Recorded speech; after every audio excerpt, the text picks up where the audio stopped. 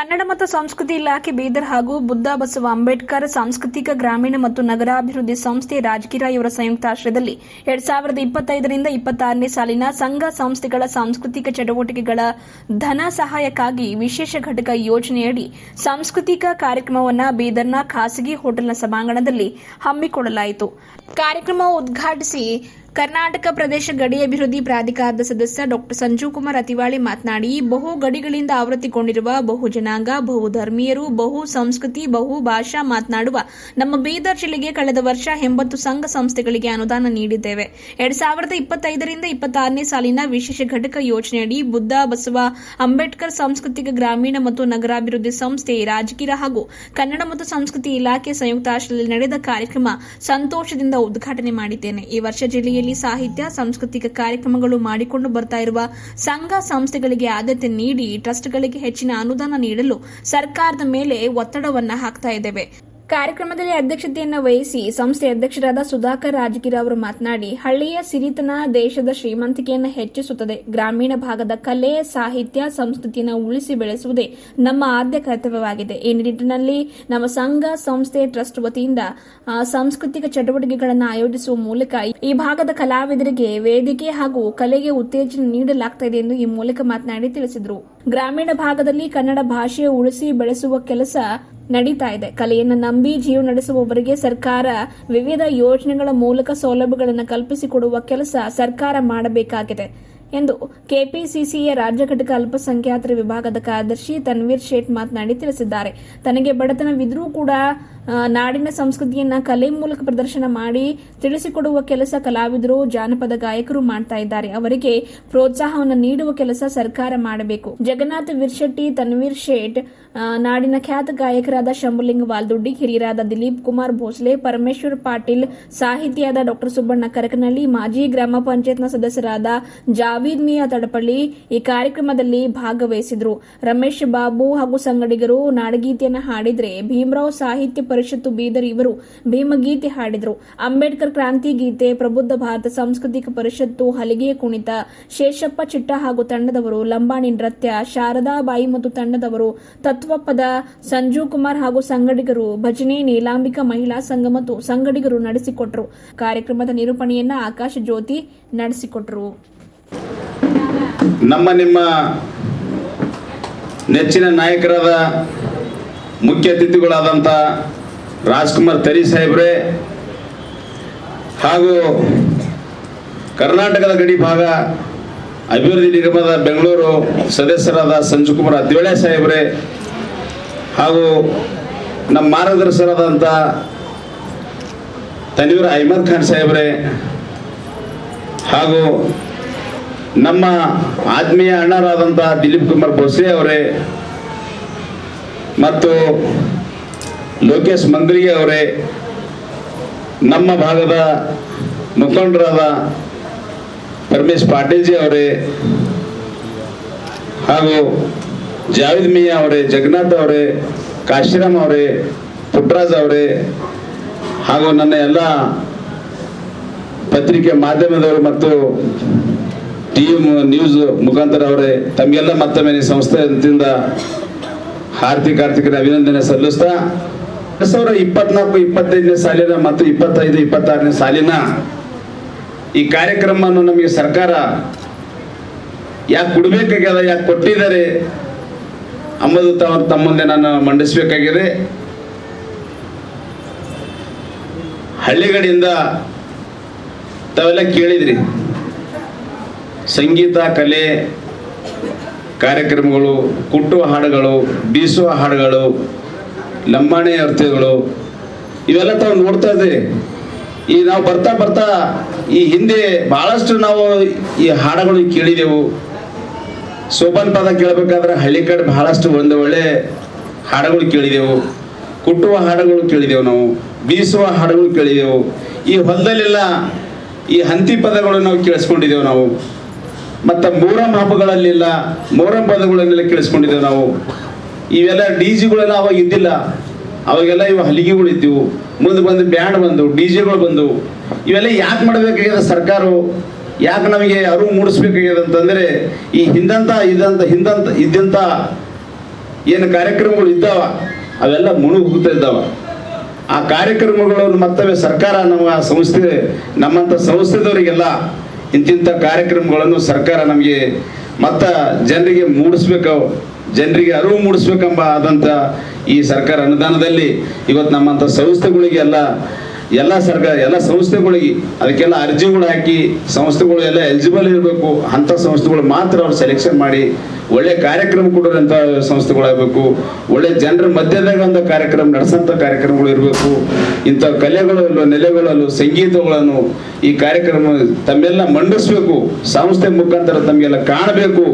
ಈ ಹಿಂದೆ ಏನಿತ್ತು, ಇವಾಗ ಏನು ಬಂದಿದೆ, ಏನಾಗಬೇಕಾಗುತ್ತೆ ಮುಂದೆ ಅಂಬುದೆಲ್ಲ ವಿಚಾರ ಇವತ್ತಿನ ಕಾರ್ಯಕ್ರಮದಲ್ಲಿ ನಾವು ವಿಸ್ತೃತವಾಗಿ ನಾವು ಕಾರ್ಯಕ್ರಮವನ್ನು ನೆರವೇರಿಸಲಿಕ್ಕೆ ಎಲ್ಲ ಕಲಾ ತಂಡಗಳನ್ನು ಬಂದಿದ್ದಾವೆ. ತಮ್ಮೆದುರ ಈ ಕಲಾ ಪಾತ್ರಗಳನ್ನು ಎಲ್ಲ ಮತ್ತೊಮ್ಮೆ ಇವರು ತಂಡವಾಗಿ ಹಂತವಾಗಿ ಒಂದು ಕಾರ್ಯಕ್ರಮ ಕೊಡ್ತಾ ಇದ್ದಾರೆ. ತಾವೆಲ್ಲ ಶಾಂತಿ ರೀತಿಯಿಂದ ಮತ್ತು ನಮ್ಮ ಅಧಿಕಾರಿಗಳು ಮತ್ತು ನಮಗೆ ಅತಿಥಿಗಳಾಗಿ ಏನು ಬಂದಿದ್ದಾರೆ ಅವರು ಇವತ್ತು ಬಹಳಷ್ಟು ಸಮಯ ಕೊಟ್ಟು, ಈ ಮಳೆ ಬರ್ತದೆ ಇವಾಗ, ಅದು ಕೆಲವು ನಾವು ಮುಂಜಾನೆ 1 ಗಂಟೆಗೆ ಅಂತ ಹೇಳಿದೆವು, ಬಹಳಷ್ಟು ಸಮಯ ಆಗಿದೆ. ನಾ ಅವ್ರಿಗೆ ಕೂಡ ಕ್ಷಮೆ ಕೇಳ್ತೀನಿ, ತಮ್ಮ ಕೂಡ ನಾನು ಕ್ಷಮೆ ಕೇಳ್ತೀನಿ. ಯಾಕಂತಂದ್ರೆ ನಾನು ಸಮಯ ಕೊಟ್ಟಿದ್ದೇ ಒಂದು, ಸಮಯ ಆಗಿದ್ದೇ ಒಂದು. ಹಾಗಾಗಿ ಮತ್ತೊಮ್ಮೆ ನಿಮಗೆಲ್ಲ ನನ್ನ ಸಂಸ್ಥೆ ಮತ್ತು ನನ್ನ ಕಡೆ ವತಿಯಿಂದ ಮತ್ತೊಮ್ಮೆ ಕ್ಷಮೆ ಕೇಳ್ತಾ ಇವತ್ತಿನ ಕಾರ್ಯಕ್ರಮ ಯಶಸ್ವಿ ಆಗಲಂತ ತಾವೆಲ್ಲ ಹಾರಿಸ್ಬೇಕಂತ ನಾನು ಮತ್ತೊಮ್ಮೆ ನಮಸ್ಕಾರ ಅಂತ ಹೇಳ್ತಾ ನನ್ನ ಮಾತಿಗೆ ವಿರಾಮ ಕೊಡ್ತೀನಿ. ಧನ್ಯವಾದ. ಇದುವರೆಗೂ ಬಹಳ ಸುಂದರವಾಗಿ ಸಮಯ ಆಗಿದೆ. ನಾವು ಇಂಥ ಕಾರ್ಯಕ್ರಮಗಳಲ್ಲಿ ಮೊದಲ ಆದ್ಯತೆ ಕೊಡ್ತಕ್ಕಂಥದ್ದು ಕಲಾವಿದರಿಗೆ. ಕಲಾವಿದರು ತಮ್ಮ ಕಲೆಯನ್ನು ಪ್ರದರ್ಶನ ಮಾಡಬೇಕಾಗಿದೆ. ಹಾಗಾಗಿ ನಾನು ಹೆಚ್ಚಿಗೆ ಹೆಸರನ್ನು ತೆಗೆದುಕೊಳ್ಳಾರ್ದೇನೆ ಹೆಚ್ಚಿನ ವಿಷಯಗಳನ್ನು ಇಲ್ಲಿ ಪ್ರಸ್ತಾಪ ಮಾಡೋದಿಲ್ಲ. ಇವತ್ತು ಬೀದರ್ ಜಿಲ್ಲೆ ಗಡಿ ಭಾಗ ಇರುವುದರಿಂದಾಗಿ ಭಾಷೆ, ಸಾಹಿತ್ಯ, ಸಂಸ್ಕೃತಿಯ ಮೇಲೆ ಅನ್ಯ ಭಾಷೆಗಳ ಪ್ರಭಾವ ಹೆಚ್ಚಾಗಿದೆ. ಹಾಗಾಗಿ ಇಲ್ಲಿ ಅನೇಕ ಸಂಘ ಸಂಸ್ಥೆಗಳು ಈ ಕಲೆಯನ್ನು, ಕಲಾವಿದರನ್ನು ಉಳಿಸಿ ಬೆಳೆಸುವಂಥ ನಿಟ್ಟಿನಲ್ಲಿ ತಮ್ಮದೇ ಆಗಿರ್ತಕ್ಕಂಥ ಸಂಸ್ಥೆಗಳ ಮೂಲಕ ಚಟುವಟಿಕೆಗಳನ್ನು ಮಾಡ್ಕೊಂಡು ಬರ್ತಾ ಇದ್ದಾರೆ. ಅಂತಹ ಸಂಸ್ಥೆಗಳಲ್ಲಿ ಬುದ್ಧ ಬಸವ ಅಂಬೇಡ್ಕರ್ ಕೂಡ ಈ ಸಂಸ್ಥೆ ಕೂಡ ಒಂದಾಗಿದೆ.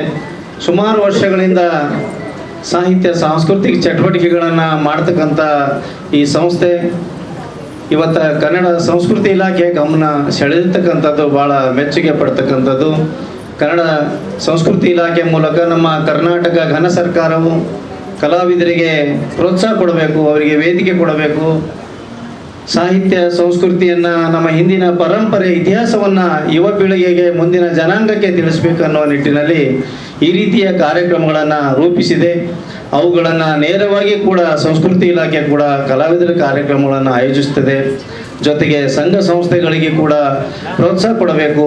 ಆ ಮೂಲಕ ಕಲಾವಿದರಿಗೆ ಕಲೆಗೆ ಬೆಲೆ ಕೊಡಬೇಕು, ಅವರಿಗೆ ವೇದಿಕೆ ಕೊಡಬೇಕು ಮತ್ತು ಅಲ್ಲಿ ದುಡಿತಕ್ಕಂಥ ಸಂಘ ಸಂಸ್ಥೆಯ ಒಂದು ಪದಾಧಿಕಾರಿಗಳಿಗೆ ಕೂಡ ಒಂದು ಪ್ರೋತ್ಸಾಹ ಕೊಡಬೇಕು ಅನ್ನೋ ಹಿನ್ನೆಲೆಯಲ್ಲಿ ಇಂತಹ ಕಾರ್ಯಕ್ರಮಗಳನ್ನು ಯೋಜಿಸಿದೆ. ಅದರಲ್ಲಿ ವಿಶೇಷವಾಗಿ ಧನ ಸಹಾಯ ಯೋಜನೆ ಇದೆ. ಕಳೆದ 2 ವರ್ಷಗಳಿಂದ ಈ ಒಂದು ಧನ ಸಹಾಯ ಸಂಘ ಸಂಸ್ಥೆಗಳ ಸುಮಾರು 80 ಸಂಸ್ಥೆಗಳಿಗೆ, ವಿವಿಧ ರೀತಿಯ ಸಾಹಿತ್ಯ ಸಾಂಸ್ಕೃತಿಕ ಸಂಘಟನೆಗಳಿಗೆ ಧನ ಸಹಾಯ ನೀಡತಕ್ಕಂಥ ಯೋಜನೆಗೆ ಬೀದರ್ ಜಿಲ್ಲೆಯಲ್ಲಿ ಆ ಒಂದು ಧನ ಸಹಾಯ ಆಯ್ಕೆ ಸಮಿತಿಯ ಸದಸ್ಯನಾಗಿ ಪ್ರಾಮಾಣಿಕವಾಗಿ ದುಡಿತಕ್ಕಂಥ ಸಂಸ್ಥೆಗಳನ್ನು ಗುರುತಿಸಿ ಅವರಿಗೆ ಆರ್ಥಿಕ ಸಹಕಾರ ಕೊಟ್ಟಿರ್ತಕ್ಕಂಥ ಕೆಲಸವನ್ನು ಮಾಡ್ತಕ್ಕಂಥ ಸಂದರ್ಭದಲ್ಲಿ ಈ ರೀತಿಯ ಸಂಸ್ಥೆಗಳು ಮುಂದೆ ಬಂದು ವಿವಿಧ ಕಲಾವಿದರು ವೈವಿಧ್ಯಮಯವಾಗಿರ್ತಕ್ಕಂಥ ಕಲೆಯನ್ನು ಇವತ್ತು ಬೆಳೆಸಬೇಕಾಗಿದೆ. ನಮ್ಮ ಜಾನಪದ ಕಲೆ, ಸಾಹಿತ್ಯ, ಸಂಸ್ಕೃತಿ ಇವತ್ತು ಎಲ್ಲಾದರೂ ಉಳಿದದ ಅಂದ್ರೆ ಹಳ್ಳಿ ಊರಲ್ಲಿ ಉಳಿದದ ಮತ್ತು ಹೆಣ್ಣು ಮಕ್ಕಳಲ್ಲಿ, ತಾಯಂದಿರಲ್ಲಿ ಉಳಿದದ ಅಂತ ನಾವು ಹೇಳ್ಬೋದು. ಯಾಕಂದರೆ ಇವತ್ತು ಮಕ್ಕಳಿಗೆ ಸಂಸ್ಕಾರ ಕೊಡ್ತಕ್ಕಂಥದ್ದು ಬಹಳಷ್ಟು ಮಹತ್ವದ. ನಮ್ಮ ಕಲೆಯನ್ನು ಮುಂದಿನ ಪೀಳಿಗೆಗೆ ಅದನ್ನು ಪಸರಿಸಬೇಕು. ಮುಂದಿನ ಪೀಳಿಗೆ ಕೂಡ ಕಲೆಯನ್ನು ಉಳಿಸಿ ಬೆಳೆಸಬೇಕಾದ್ರೆ ಇಂಥ ಕಾರ್ಯಕ್ರಮಗಳು ಸಾಕಷ್ಟು ಮೇಲಿಂದ ಮೇಲೆ ಮಾಡಬೇಕಾಗ್ತದೆ. ಆ ಮಾಡುವ ಸಂದರ್ಭದಲ್ಲಿ ಆರ್ಥಿಕವಾಗಿ ಕೂಡ ಬಹಳ ಮುಖ್ಯ ಆಗ್ತದೆ. ಅಂತಹ ಒಂದು ಆ ಒಂದು ಪರಿಸ್ಥಿತಿಯನ್ನು ಸರ್ಕಾರ ಮನಗಂಡು ಈ ರೀತಿಯ ಧನಸಹಾಯ ಯೋಜನೆ ಮಾಡಿದೆ.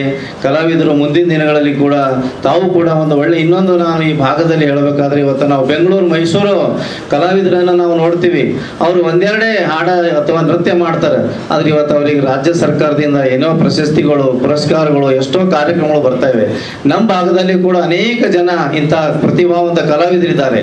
ಅವ್ರಿಗೆ ಯಾಕೆ ಗುರುತಿಸ್ತಿಲ್ಲ ಅಂದರೆ ಆ ಕಲಾವಿದರು ಒಳ್ಳೆ ರೀತಿಯಿಂದ ಅವರು ವೇಷಭೂಷಣಗಳು ಕೂಡ ಬಹಳ ಮುಖ್ಯ ಇರ್ತಾವ. ತಮ್ಮ ಕಲೆಯನ್ನು ಪ್ರದರ್ಶನ ಮಾಡಬೇಕಾದ್ರೆ ಇವತ್ತು ಲಂಬಾಣಿ ನೃತ್ಯ ನೋಡ್ರಿ ಯಾವ ರೀತಿಯಾಗಿ ಸರಿಯಾದ ರೀತಿಯ ಒಂದು ವೇಷಭೂಷಣಗಳ ಮೂಲಕ ಅವರು ರಾಷ್ಟ್ರ ಮಟ್ಟದಲ್ಲಿ ಇವತ್ತು ಬೀದರ್ ಜಿಲ್ಲೆಯನ್ನು ಪ್ರತಿನಿಧಿ ಮಾಡ್ತಾ ಇದ್ದಾರೆ. ಅವರು ನಾನು ನೋಡಿ ಕಲ್ಕತ್ತಾಕ್ಕೆ ಹೋಗಿದ್ದಾರೆ, ದಿಲ್ಲಿಗೆ ಹೋಗಿದ್ದಾರೆ, ಇವತ್ತು ಹೊರದೇಶಕ್ಕೆ ಕೂಡ ಹೋಗ್ಬೇಕಾದ ಆ ರೀತಿ ಕಳಿಸ್ಲಿಕ್ಕೆ ನಾವು ತಯಾರಿ ಮಾಡ್ತಾ ಇದ್ದೀವಿ. ಅದಕ್ಕೆ ಆ ರೀತಿಯ ಒಂದು ಕಲೆ, ನಿಮ್ಮ ಕಲೆಯನ್ನು ನೀವು ವೇದಿಕೆಗೆ ಬಂದು ಪ್ರದರ್ಶನ ಮಾಡಬೇಕಾದ್ರೆ ಸರಿಯಾದ ರೀತಿಯ ವೇಷಭೂಷಣಗಳು ಕೂಡ ಅಷ್ಟೇ ಅವಶ್ಯಕತೆ ಅನ್ನೋದು ನೀವು ಮನಗಾಣಬೇಕು. ಮತ್ತು ನೀವು ಯಾವುದೇ ಕಲೆ ಪ್ರದರ್ಶನ ಮಾಡಿರಿ ಅದಕ್ಕೆ ದಾಖಲೆಗಳು ಇಡ್ತಕ್ಕಂಥ ಕೆಲಸ ಮಾಡಬೇಕಾಗಿದೆ. ಇದು ಬಹಳ ಮುಖ್ಯ. ನಾನು ಎಲ್ಲರಿಗೂ ಹೇಳ್ತಾ ಇದ್ದೀನಿ. ಇವತ್ತು ಅನೇಕ ಜನ ನಾವು ಜಾನಪದ ಕಲಾವಿದರು ಇರ್ಬೋದು, ಬೇರೆ ಬೇರೆ ಕಲೆ ಪ್ರಕಾರಗಳಲ್ಲಿ ಪ್ರಶಸ್ತಿಗಳನ್ನು ಕೊಡ್ತಾ इधर सरकार पूरी इंटायर टीम को, क्योंकि ऐसा जो है संस्कृति कार्यक्रम जो है आजकल यहाँ पर करना बोले तो बहुत बड़ी बात है। आजकल लोग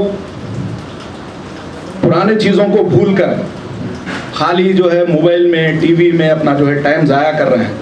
उनको हमारी संस्कृति क्या है, हमारा जो है पिछला दौर कैसा गुजरा, उनको उसके बारे में कुछ भी नहीं मालूम है।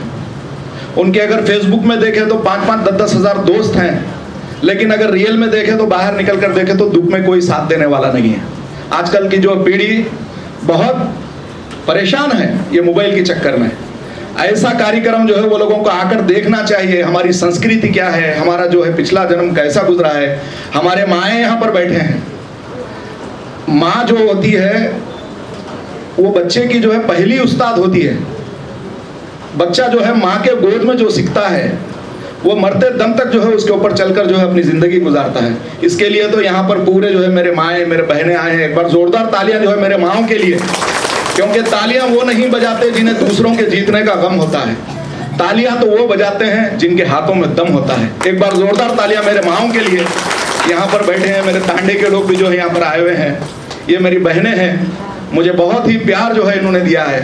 मैं आप लोगों का, क्योंकि यहाँ पर ठहर कर बात करना कोई बड़ी बात नहीं है, यहाँ पर आकर आप लोग जो है सामने बैठे हैं, इसको सुनना जो है बहुत बड़ी बात है।